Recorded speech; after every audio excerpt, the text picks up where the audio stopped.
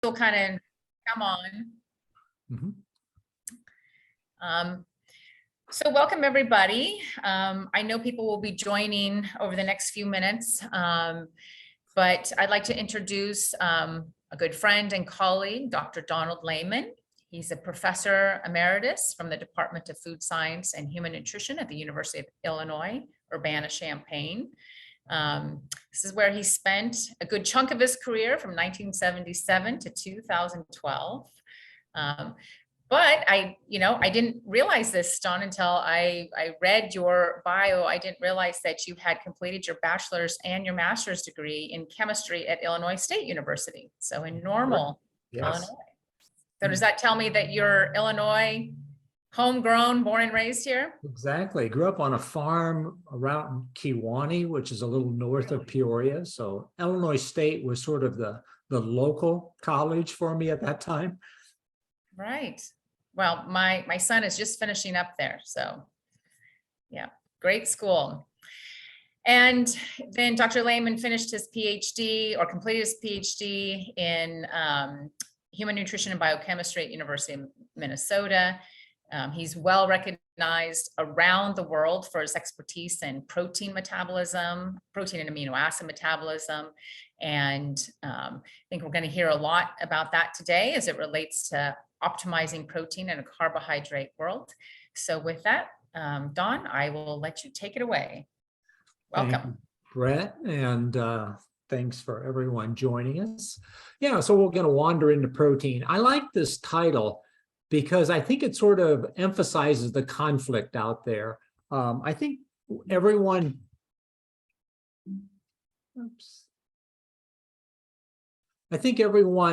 probably would agree that protein is one of the most popular of all nutrients. If you go out and ask the average consumer, what nutrient is most important, they'd probably answer protein, but they probably would follow it up with all the issues of controversy. Am I eating too much? Does it impact health, a disease? Does it shorten longevity? And that sort of transitions into the narrative right now that we need a more plant-based diet. I think it's important to look back in history and realize we've had that narrative for nearly 60 years. In the late 1950s, early 60s, we had Ansel Keys and the 7 country study that he published. And it was basically saying that we needed to have, that there was a relationship between saturated fatty acids and heart disease, and we needed to consume less animal products. And that really was the origins of the Mediterranean diet. As we went on from that into the, next we sort of had the Framingham study, which made cholesterol a major issue in heart disease. 1984, we kind of got the epicenter of that when the president of the American Heart Association came out and said cholesterol was in fact the cause of heart disease. And if we would just lower the cholesterol intake from that level of about 700 milligrams per day down below 300, he said we would eradicate the concept of heart disease by the year 2000. That translated into the first dietary guidelines in the late 1980s. We got the Surgeon General's report. We got the Food Guide Pyramid, which said avoid cholesterol, limit saturated fat, limit animal products, and eat more grains. Over that next 40 years, basically, that's exactly what Americans did. We decreased the consumption of eggs, milk, and beef by over 30% in each category. In fact, from 1975 to 2010, or really to the current day, we've decreased beef consumption by over 40%, and we've replaced those calories by and large with grains. So we did exactly what we were told. We decreased total cholesterol from 680 milligrams per day down to 285, exactly what we were told. So what we got absolutely no change in heart disease or cancer with those massive changes. In fact, after 1990, with the invention of statins, we now have 30 million Americans taking statins per year with over 200 million prescriptions being written. So we really didn't change anything. But what we did do is create a massive increase in obesity and diabetes that corresponds almost exactly to the appearance of the food guide pyramid. So the ever-changing narrative around 2000, we got the reverse. We got Time magazine coming out. We now recognize that cholesterol, dietary cholesterol, has essentially nothing to do with blood cholesterol or heart disease. And basically the report of the epic failure of the dietary guidelines. Also in 2010, we abandoned the food guide pyramid, recommending that food pattern, and we switched to what's now called My Plate. And what I want to highlight in it is front and center now is we have not a food group, but a nutrient, protein, and vegetables, and we've shrunk the grain component. So we have protein and dairy sort of dominating the picture along with vegetables. So I don't think it's any surprise that the average consumer is pretty confused about all these changing narratives and guidelines and comments. So let's back up and say, where are we really at? I think one of the first things to recognize, and this is the USDA and Hanes data from 2010 when we changed the food guide pyramid to My Plate. At that point, we were getting 70% of our daily calories from plant-based foods, and we were getting about 30% from animal-based foods. So we had a plant-based diet. Unfortunately, if you look at it in the large red circle, what we see is that 51% of those plant-based calories were coming from added oils, fats, and sugars. And in the small circle, another 51% were coming from highly refined grains. So of those plant-based calories, over 80% of them were basically calories coming with almost no nutritional value. Also, if you look at the 30% coming from the animal-based part of the calories, we get almost 70% of our dietary protein from there, 100% of calcium, vitamin D, B12, and over 60% of zinc, iron, selenium, B6, niacin, and other things.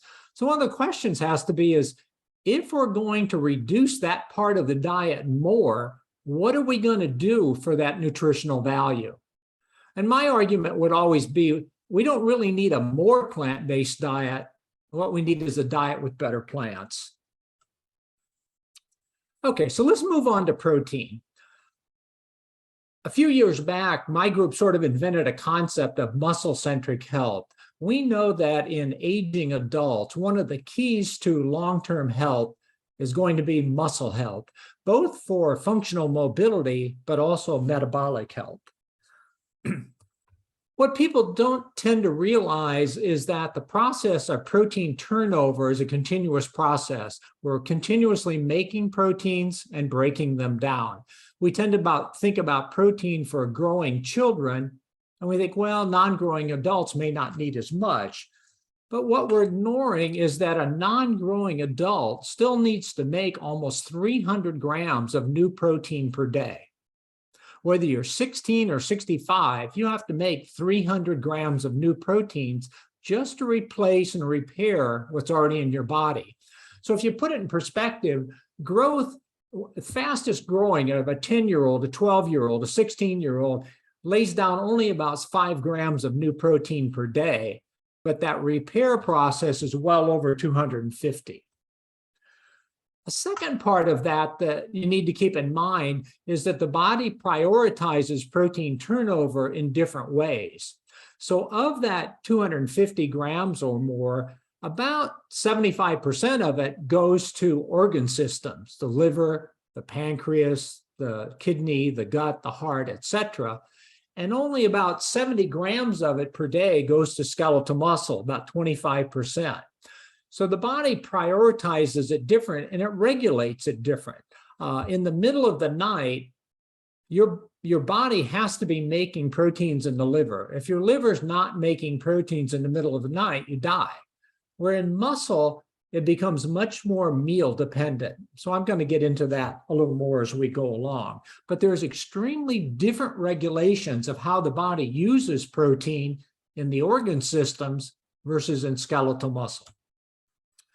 Okay, so think about protein in a little more depth, we need to sort of take on about 4 different topics: quantity and quality, meal distribution, and also environmental impact. So the first part, quantity. There's this basic myth out there that everyone, particularly Americans, eat too much protein, and that's simply not true. I think everybody on this seminar probably recognizes the dietary reference intakes. So in 2002, the National Academy of Sciences decided that it was time to publish a sort of a range of nutrients. So they published the dietary reference intakes, which says for every nutrient, we have a range going from the minimum level, which is the RDA, designed to prevent deficiency, up to some upper limit where we might detect some abnormality of excess. So within that's a safe range. When we talk about most nutrients, for example, like vitamin C, we recognize that. So 60 milligrams of vitamin C will prevent scurvy, a deficiency. However, during COVID or wintertime flu season, people are perfectly comfortable taking 5 or 10 times that amount of vitamin C. Gram levels of vitamin C are totally normal. However, when we get to protein, we take on a totally different attitude, and we treat the RDA as both the minimum and the maximum at the same time. Right now, the average intake in the US for protein is about 0.9 to 1 gram per kg. The RDA is 0.8 grams per kg.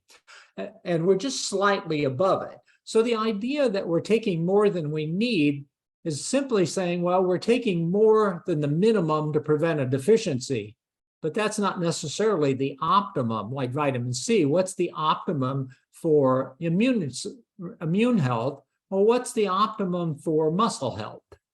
What we now know, and I'll get into in a little more detail, is that the optimum range for protein for adults is probably in the 1.2 to 1.6 grams per kg, so about double the RDA. Before I leave the DRIs, I would like to just highlight a couple of comments about carbohydrates. Again, why do we treat protein differently? The average person, and probably a lot of people even in nutrition, don't even realize we have an RDA for carbohydrates. The RDA for carbohydrates is 130 grams per day. And that RDA will allow you 5 servings of vegetables, 2 to 3 servings of fruit, depending on how many bananas are in it, and 3 servings of grain. And again, servings are 15 grams per serving. You need to put that in perspective that an average bagel is about 60 grams of carbohydrates, so 4 servings. And thinking about that, the average American intake is nearly 3 times the RDA. It's about 300 grams per day. So we're eating 3 times the RDA for carbohydrates, but people don't say we're eating too many, okay? And if you look at what we're eating, only about 25% of American adults are getting 3 servings of vegetables per day, not 5, only 3. And of those, the number 1 vegetable is French fries. The number 2 is tomato sauce on pizza, and the number 3 is lettuce. So nobody's eating vegetables, and of the ones they're eating, they have lousy nutritional value. So that kind of leads us to the concept of, well, the Western diet's, really awful. And when you hear the term Western diet, most people think about red meat, but I think you need to go through the list and think about that. French fries, refined flours, sweets and desserts, very few fruits and vegetables. That's sort of what characterizes it. So when I look at a Western diet, is it really the red meat that makes that unhealthy? I would argue that maybe the red meat's the only part of it that has any nutritional value. So let's move on to protein quality. Protein quality, I think of protein sort of like a vitamin pill. You don't really need the pill. What you need are the 12 vitamins inside the pill. Protein's kind of the same way. Protein, we have no real dietary requirement for protein. What we have is a requirement for the 20 amino acids inside the protein. and particularly the 9 that are considered essential. And of those 9, there are 3 that are most essential or limiting. While all 9 of those are essential, for example, histidine has never been shown to be essential for an adult. Phenylalanine has never been shown to have a deficiency for adults. Okay, so they're all essential. We have to have them, but they're not equally essential. So let's look at that as in food. So if these 3 amino acids are really limiting, let's look at them in foods. So in the top panel, this is data from Luc van Loon in the Netherlands. These are the leucine levels, and I've highlighted in the blue bars the grains, oat, wheat, and corn. And what you can see in the dashed line that goes across the middle of the graph is the actual requirement for that amino acid. And what you can see is that the blue bars, the grains, are very low in lysine. Where on the far right, all the gray bars or the black bars, the animal-based products are all quite rich in it. The bottom frame, what you have is methionine, and in the yellow bars, I've highlighted the legumes, soy and pea, and what you can see is they're very low or deficient in the sulfur amino acids. So let's look at what that means in terms of food content. So this is a table for lysine. I've highlighted in blue there. The lysine requirement for about a 75 to 80 kg person is around 3.4 grams per day, just to give us a number. In the first column, what you can see are lysine contents of different foods. Beef is one of the richest sources of lysine, and wheat is particularly low. As I mentioned in the last slide, grains are extremely low in the essential amino acid lysine. So if you're going to try and take a diet, how much protein is required? Well, with beef, you'd have to have 38 grams of protein per day. Look on the far right column, that translates to about 230 kilocalories. Well, with wheat, you'd have to have 130 grams of protein per day to get your lysine requirement, well over 3,000 calories of typical wheat-based products. So you can see there are differences as how we look at foods in terms of quality. You can make the plant-based proteins the same, but you always are going to have to eat more total protein and more total calories. And you can say, well, you picked the worst example, wheat. And that's true. Soy is much closer, but you can still see the differences. I picked wheat because wheat currently supplies 80% of the plant-based protein in the world and also in the US. So this is the dominant plant-based protein. Okay, so let's go back to my analogy a minute ago about the protein turnover. As I mentioned, the liver, for example, is regulated in a very different way than skeletal muscle. The liver has very rapid turning over proteins. We replace a large percentage of the liver proteins hour by hour. They have a half-life of an hour or less. Where in muscle, we replace proteins half-life of 15 to 30 days. So we're replacing it much slower. But again, if you look at the body in total, we're replacing basically the entire content of protein of the body 3 to 4 times per year, which kind of keeps you in perspective of what goes wrong in aging. But again, liver's regulated different than muscle. I'll come back to that again in just a minute. Okay, so one of the areas of my research is back in the late 1990s, what we discovered was one of the essential amino acids, a branched chain amino acid, leucine, had a very unique effect on regulating protein synthesis. There's a very unique signal, and it regulated it through 2 initiation factors, EIF4, initiation factor 4, and the ribosomal protein S6. And so we showed that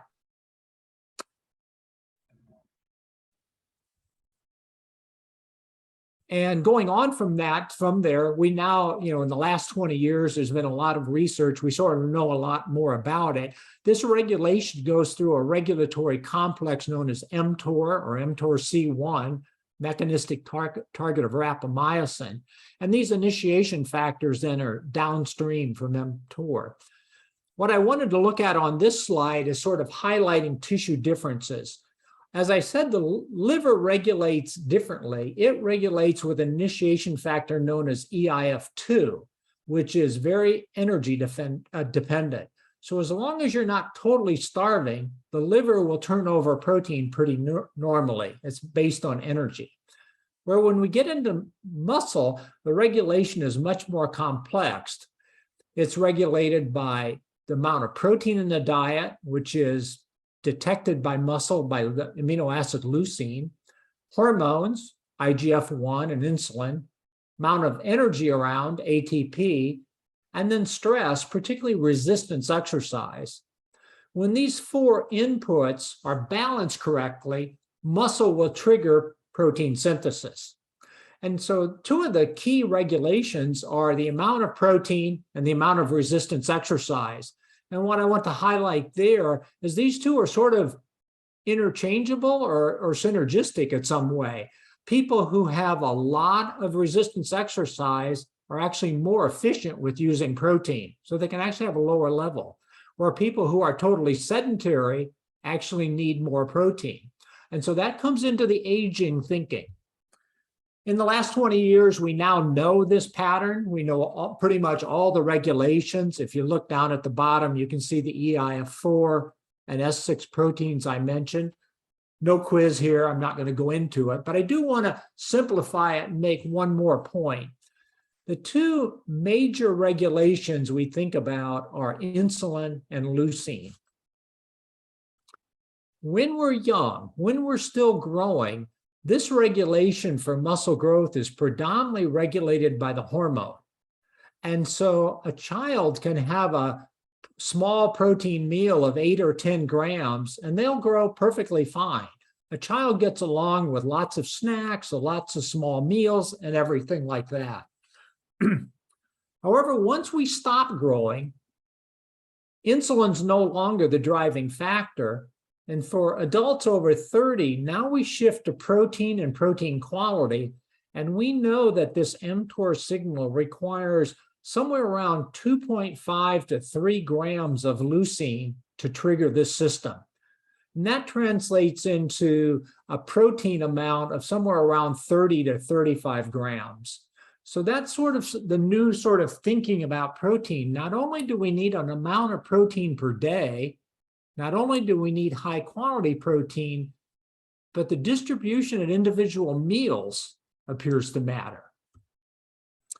With that in mind, a colleague of mine, Doug Patton-Jones, and I started thinking about how Americans eat protein, and we realized that most Americans eat over 60% of their protein in a single meal late in the day. So we get up after an overnight fast. Muscle is in a catabolic state. It's breaking down protein really to supply the liver and other tissues. And then we have a really small protein breakfast, so the muscle stays catabolic. We don't reach that 30-gram area. We've eventually discovered that the response range for muscle is sort of in the 25 to 55 gram per range. And so what we've discovered was that at dinner, we're probably eating too much, and at breakfast, we're eating too little. So what Doug and I proposed is if we just simply redistribute the protein, particularly toward breakfast, what we should find is a more efficient protein turnover. And that's exactly what we found and published, was that by just simply taking the same amount of protein and shifting it from dinner to breakfast, what we would get is more net protein synthesis per day, just simply by redistributing it at meals. This has now become pretty well accepted. 2013 international group called the PROAGE study basically said adults over 30 basically should have a total protein of that 1.2 to 1.5 grams, looking at leucine above 2.5 grams per day, and meals at somewhere around 30 grams. So that now is sort of a standard type of recommendation for older adults. let me shift a little bit now that if we think protein is important, then we really have to think about where it comes from. And certainly part of the narrative more recently has been the issue of climate change and the impact of food production, agriculture, and particularly animals in this overall environment.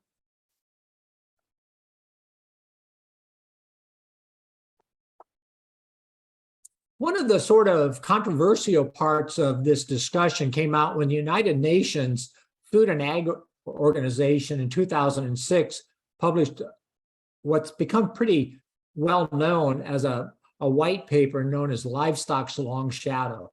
And basically, this group of individuals claimed that livestock were a major cause of climate change, producing over 30% of global greenhouse gas.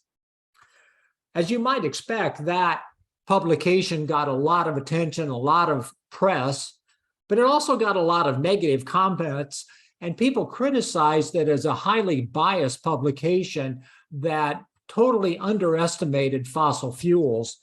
And they went back and reanalyzed it and said, well, livestock actually is only about 14% when you really consider all of the transportation costs and everything of global use of fossil fuels. And the other part of it is that when people were looking at it, they realized that livestock produces over 40% of the global protein. So we have a sort of the dilemma then as to, there's no question that agriculture impacts the environment, but without agriculture, we have no food. So how are we going to balance that? How do we figure out how to balance diet quality against environmental impact?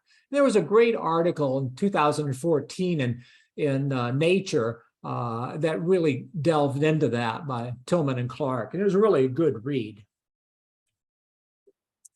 If we look at the greenhouse gas issues, so on the y-axis here, I have greenhouse gas production.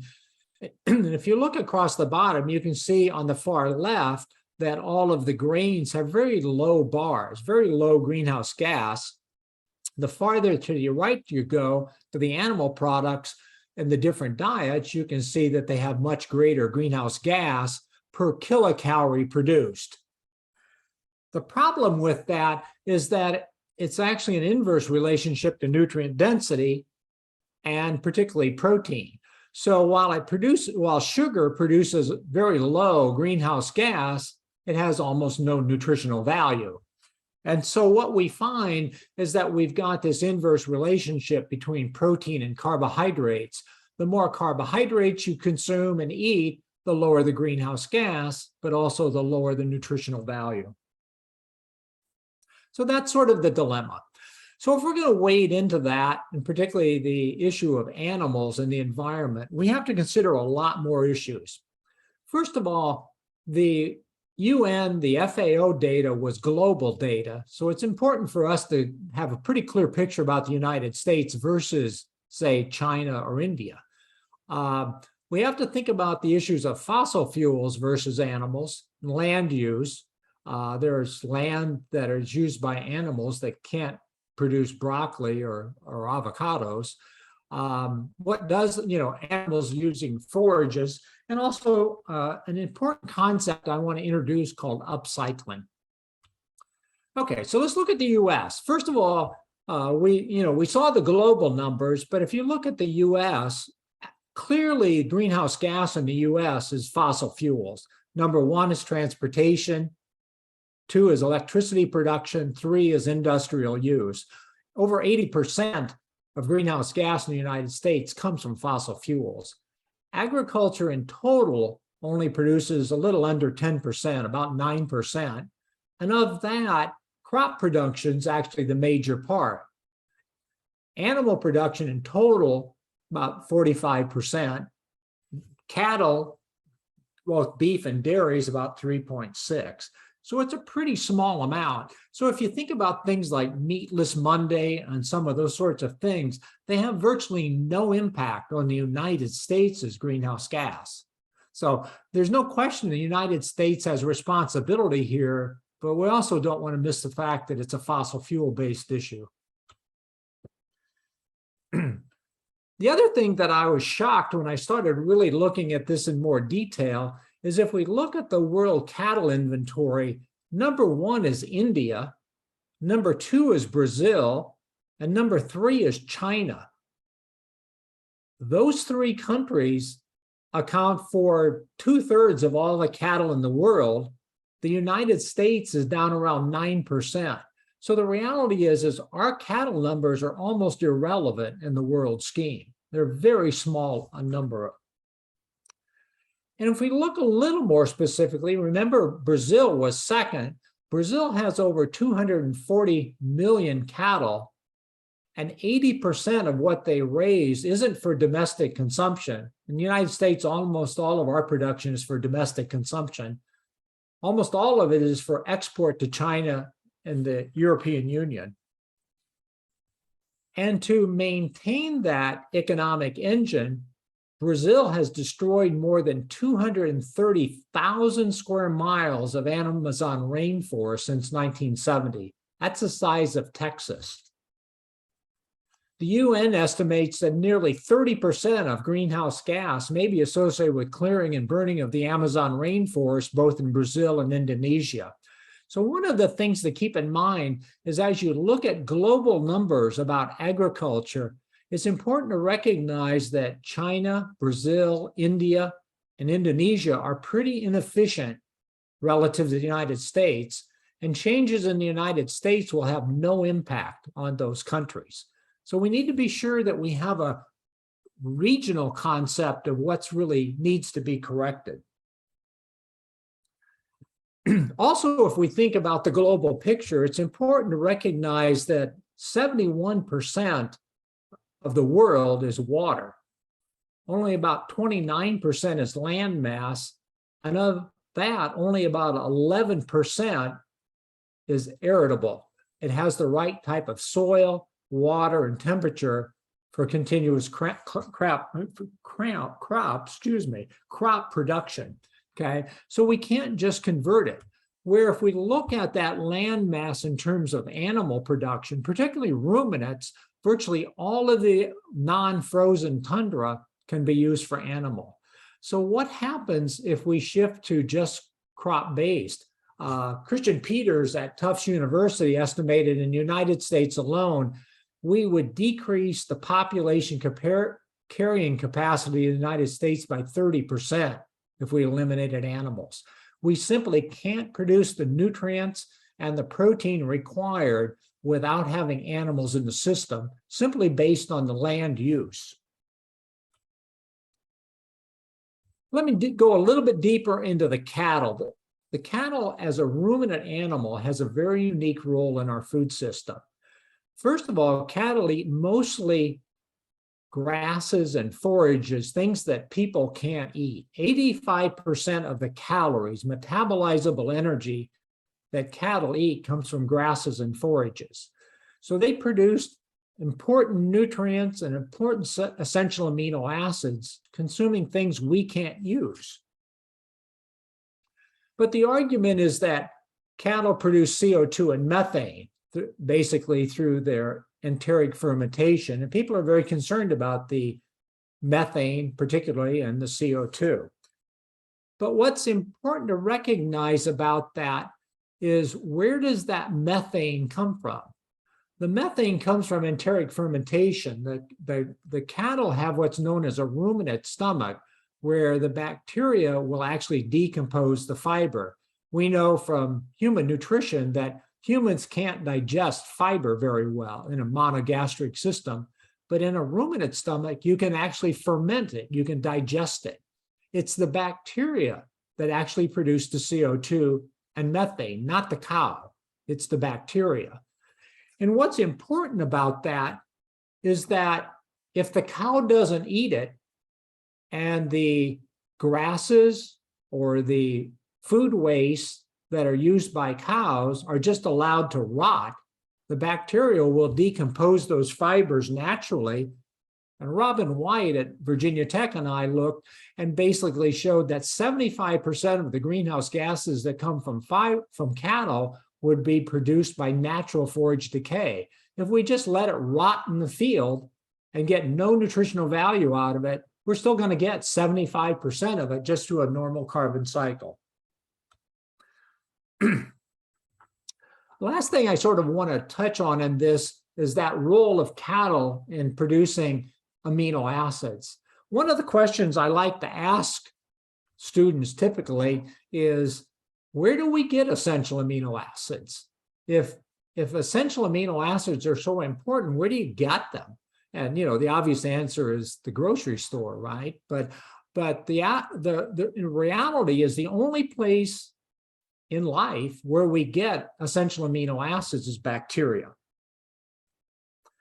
Most of it comes from plants. If you think about fertilizing your garden or whatever, we take plants and we add nitrogen to the soil, and the bacteria that's on the root of these plants will fix the nitrogen into organic amines, and the plant can then make amino acids out of them. So that's the good news. The bad news is the plant's making them for the plant's sake. So they're making roots and stems and leaves and flowers, which are pretty different than hearts and lungs and livers and brains. Okay, so basically plants are making amino acids, but they're in totally the wrong balance. What we get from cows is that cows can then eat these plants. They can break down the fiber, the other thing about the plant proteins in plants is about 40% of the protein in plants are bound to the fibers, which are not digestible to us, and so we lose it. That's why plants have lower biological value. The ruminant animal, the bacteria can break down these fibers, release the protein, release the nitrogen, and the bacteria in the cow will then make the amino acids that the cow needs. And so it basically takes plant amino acids and it rebalances it for a mammalian species. So it's now been rebalanced for what humans need. And so basically we're now either with meats or with milk, the bacteria, the cow has been able to create and balance the essential amino acids. Ann Moppet with the UN Food and Ag Organization that criticized animals came back and said that for basically every 60 grams of poor quality plant proteins that cows get from grasses and forages, the bacteria can actually turn it into 100 grams of high quality protein. This is a concept known as upcycling. Ruminants have a very important role in our food system of upcycling protein quality, where if you look at pigs or chickens, basically they eat the same amino acids that they eventually will turn into protein, but a cow can actually create the amino acids. So just summarize what we've talked about. I think one of the things that we now recognize is that the more optimum protein intake for adults is about twice the RDA, somewhere in the 1.2, possibly as high as 1.8 grams per kg. And what we also know is that animal proteins, really across the board, have higher quality and higher bioavailability than the plant proteins. So the animal proteins play a particular important part in our diet. And in the United States, we get about 35% of our protein from plants right now and about 65% from animals. One of the other things that we've discovered is that not only is the amount of protein, the quantity important and the quality, but actually also how you distribute it. And one of the things that my group really discovered is the importance of protein at the first meal of the day to protect muscle as you come out of that overnight fast. And the last thing that I pointed out was that as we look at this debate about plant-based diets, it's important to recognize that ruminant animals, whether it's sheep or goats or deer, or particularly cattle in the United States, are a very important part of a sustainable food system. It's a part that uses the land more efficiently and also upscales our nutritional quality in a way that no other part of our food system can do. So with that, I'd be happy to answer any questions. My contact information is down there at the bottom. I have a website called Metabolic Transformation. And I did a seminar with Peter Attia It's a podcast over on the left-hand side that was released on Monday. If you're really dying to hear a lot more about that, that's about a 2-hour podcast. It's really pretty good. So anyway, Britt, thank you. And if there's any questions, I'd be happy to try and answer them. Great. Well, thank you so much. I think that this was, wow, lot to take in, and I would expect we would have some really good questions. And thank you for sharing the podcast. I have a pretty decent commute, so that'll help it go a lot faster. Thank you. So any questions from the audience? And we have a few students on. I see Uday. Maybe Uday has a question. Yeah, thank you, Dr. Layman. It's pretty interesting presentations. I'm just wondering if there's any measurement between how much greenhouse gases produced by cows and animals, like the cows and goats, versus in the production of meatless foods. Like in the lab, I'm sure they're using a lot of electricity, those kind of thing. Or is that very hard to compare? Yeah, I mean, that's a great question. The reality is we don't really know. Let's take the Impossible Burger, for example, which is mostly a pea protein. Basically, at this point, there's almost no pea protein produced in the United States. It's produced in Canada. There's essentially no processing in North America, so it's shipped to China. It's processed in China and shipped back to the United States to process into. So your point is, we don't have a good comparison to make against it. We know that transportation's a big issue. We know that all of the processing, all of the, I think there's 25 unique chemicals, food components in that Impossible Burger. We really have no way of scaling that in terms of greenhouse gas. Not to mention the issue of nutritional quality. But I think your question's great. And we frankly, we have really good numbers for agriculture on life cycle. What does it cost? What are the greenhouse gas? But in quote, synthetic foods, we don't have a good number. Okay. Yeah, yesterday, several days ago, I just looked at I think it's from EPA, those production of greenhouse gases from each contribution, and transportation, electricity, those are big parts. And interesting thing is during COVID, I think the year of 2020, that decreased a lot. And when things get back, the last year it increased again. Yeah, I mean, there was an overall effect. During COVID of greenhouse gas going down because industrial production went way down. Mm-hmm. China, in terms of coal use, for example, and there's lots of NASA pictures of the global changes, and so there's no question. One of the other statistics, I mean, one of the ways we get rid of greenhouse gases are trees and grass and things that absorb carbon dioxide. One of the things people don't talk about is that urban sprawl in the United States eats up 175 acres of land every hour of every day. 175 acres are converted into cement every day. That's just an enormous number in terms of greenhouse gas. So, there's absolutely no question that the issue relates to humans. Humans, we can now cross the 8 billion humans on the face of the planet. In I think 1930, we had 2 billion. So there's a massive increase in people and fossil fuel use. And there's just simply no question that is the issue with greenhouse gas. Yeah, thank you. Thank you so much. Mm-hmm. Do we have others that have a question?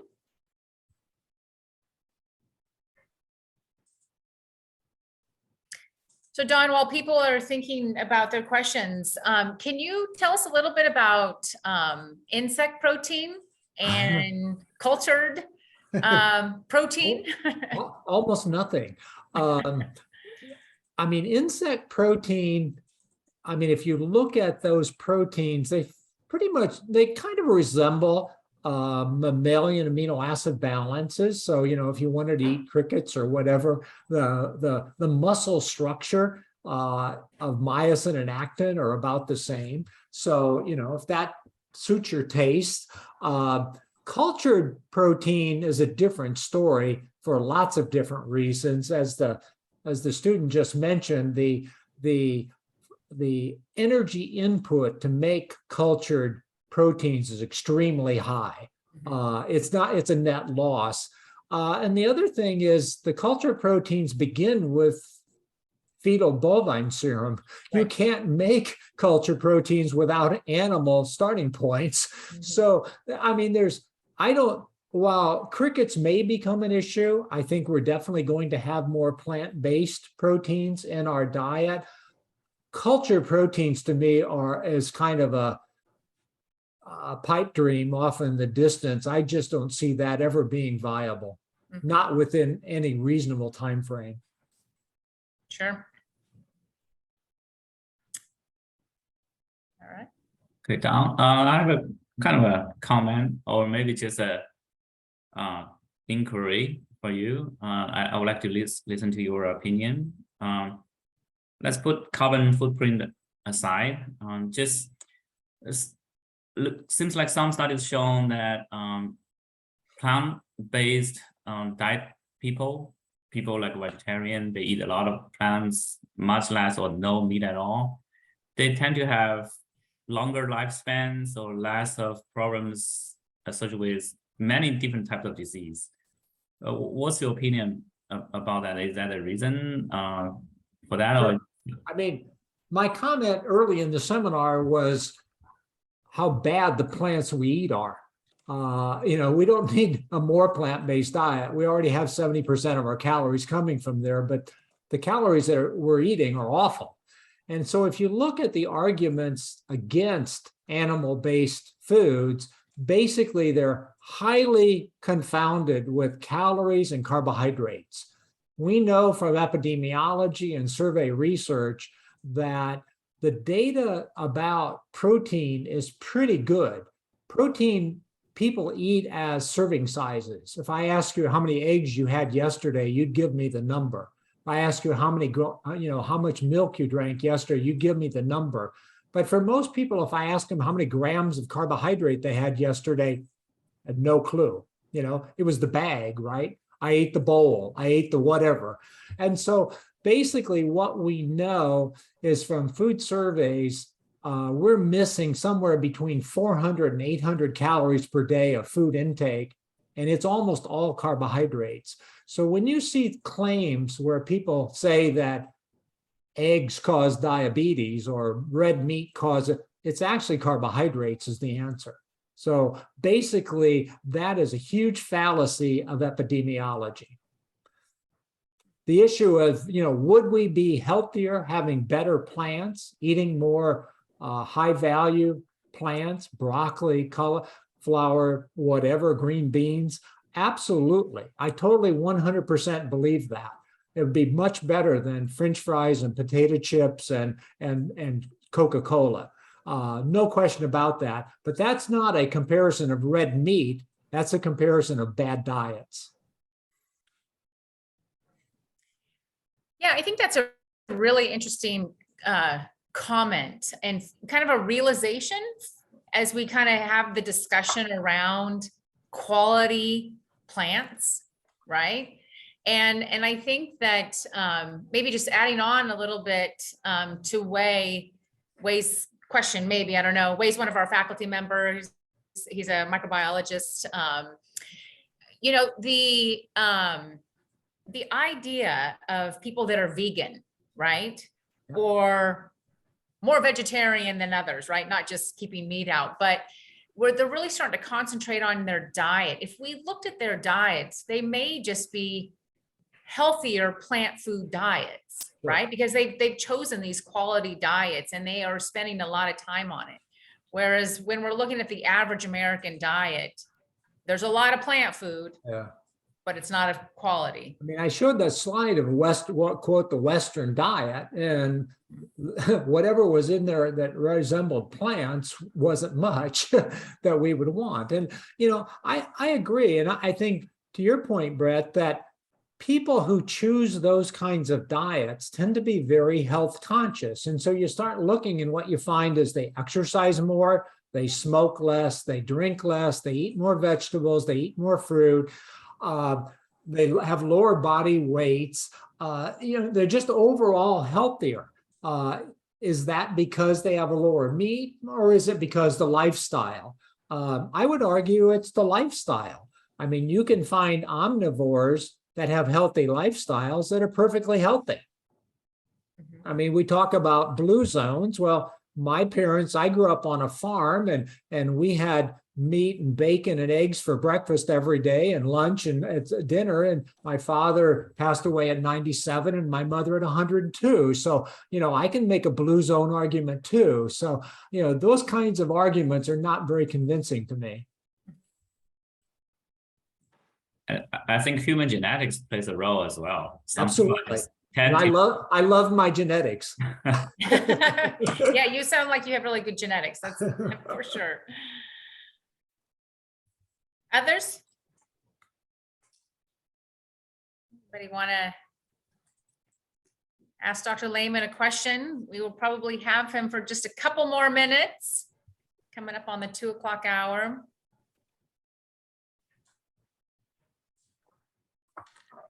Well, if we don't have any more questions, I would encourage everybody to, look Dr. Layman up in the literature, his podcasts. I mean, really, they're really, protein experts. There's very few of them. So I really appreciate you, Dr. Layman, coming and speaking to us today. It is a field that isn't very large. That's kind of fun in that we know each other, but there's kind of about 12 or 15 of us in the world that have really spent careers focused on it. It's a pretty small group. It definitely is. All right. Well, thank you so much for joining us.